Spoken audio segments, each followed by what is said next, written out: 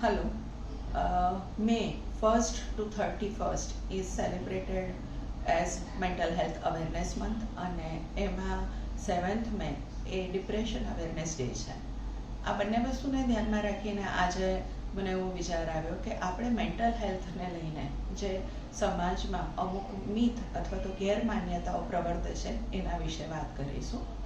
તો પહેલી common myth એ છે કે બાળકોને મેન્ટલ હેલ્થ ઇશ્યુઝ થતા નથી. તો એ ખોટું છે. બાળકોમાં પણ મોટાઓની જેમ મેન્ટલ હેલ્થ ઇશ્યુઝ થઈ શકે, જેમ કે ડિપ્રેશન અથવા સ્ટ્રેસ, એન્ઝાયટી અથવા પીટીએસડી અને બીજા ઘણા બધા. બીજી કોમન મિથ એવી છે કે ભાઈ બાળકોને કદાચ પણ આવા કોઈ તકલીફ થાય છે, એન્ઝાયટી કે સ્ટ્રેસ, તો એ બધું ફિઝિક છે. થોડા ટાઈમ પછી જ્યારે મોટા થશે ત્યારે બધું નોર્મલ થઈ જશે. ના, એવું નથી. બાળકોને કે ટીનેજર્સને જો કોઈ મેન્ટલ હેલ્થ ઇશ્યુઝ થાય છે તો એનું પ્રોપર ડાયગ્નોસિસ, કાઉન્સેલિંગ અને જરૂર પડે તો એમાં પણ ટ્રીટમેન્ટની જરૂર પડી શકે છે. ત્રીજી બહુ કોમન મિથ એ છે કે કાઉન્સેલિંગ અને એડવાઇઝિંગ સેમ છે. આપણાને કોઈ મેન્ટલ હેલ્થ ઇશ્યુ છે તો એમાં કાઉન્સેલિંગ માટે કે કાઉન્સેલર પાસે જવાની જરૂર નથી. The difference between advise and counselling is કે એડવાઇસ નોર્મલી એવા વ્યક્તિઓ પાસેથી આવતી હોય છે જે પોતાના અનુભવના લીધે અથવા તો પોતાના ભણતરના લીધે એક સુપિરિયર પોઝિશન પર છે અને એ તમારા વતી નિર્ણય લઈને તમને સલાહ સૂચન કરે છે. જ્યારે કાઉન્સેલિંગ એક પ્રોસેસ છે જેમાં વ્યક્તિ પોતાની જ સ્ટ્રેન્થ અને વીકનેસીસને સમજે છે કાઉન્સેલિંગ થ્રુ અને પોતાના જ ઇશ્યુઝ માટે પોતે નિર્ણય લેવા સક્ષમ બને છે. તો આ બંને વસ્તુ અલગ છે. ગાઈડન્સ પણ એવી જ રીતે અલગ વસ્તુ છે.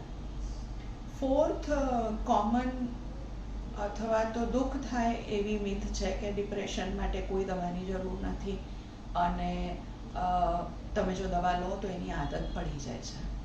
ના, એવું નથી હોતું.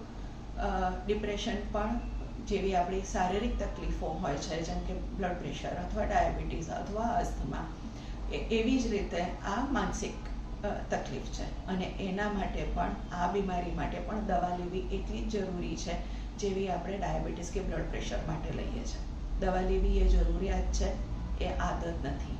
અને જેવી રીતે આપણે ડાયાબિટીસ અને બીપી માટે ઘણીવાર વર્ષો સુધી દવા લેતા હોય છે, એવી રીતે ડિપ્રેશન માટે પણ અમુક મહિનાઓ કે અમુક વર્ષ સુધી પણ દવા લેવાની જરૂર પડી શકે. દવા લેવી પડે છે, દેટ ડઝ નોટ મીન કે આપણે મજબૂત મનના માનવી નથી. દવા લેવી પડે છે એટલે એવું પણ નથી કે આપણાને આદત પડી ગઈ છે. કોઈ પણ મક્કમ મનોબળવાળા વ્યક્તિને પણ ડિપ્રેશન થઈ શકે છે અને એની દવાની જરૂર પડી શકે છે. Last but not the least, people also feel કે જે કોઈ સુસાઇડની વાત કરે એ સુસાઇડ કરી જ લે એવું જરૂરી નથી. ઘણીવાર એ ખાલી ધમકીઓ આપે છે. એવું નથી હોતું. Suicidal talks, suicidal thoughts is a red flag sign. એને ઇમરજન્સી બેઝ પર અથવા અર્જન્ટ બેસિસ પર અટેન્ડ કરવાની જરૂર છે અને વહેલી તકે મનોચિકિત્સકની સારવાર લેવી જરૂરી છે.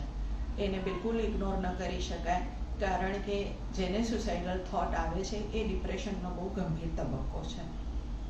સો માય ટુડેઝ મેસેજ ઇઝ કે જેટલું આપણે ધ્યાન આપણી શારીરિક હેલ્થનું રાખીએ છીએ એટલું જ જરૂરી છે કે આપણે એટલું ઇમ્પોર્ટન્સ આપણી મેન્ટલ હેલ્થને પણ આપીએ અને કોઈ પણ ટેબુ વગર જરૂર પડે તો મેન્ટલ હેલ્થ પ્રોફેશનલની મદદ લઈએ. Thank you.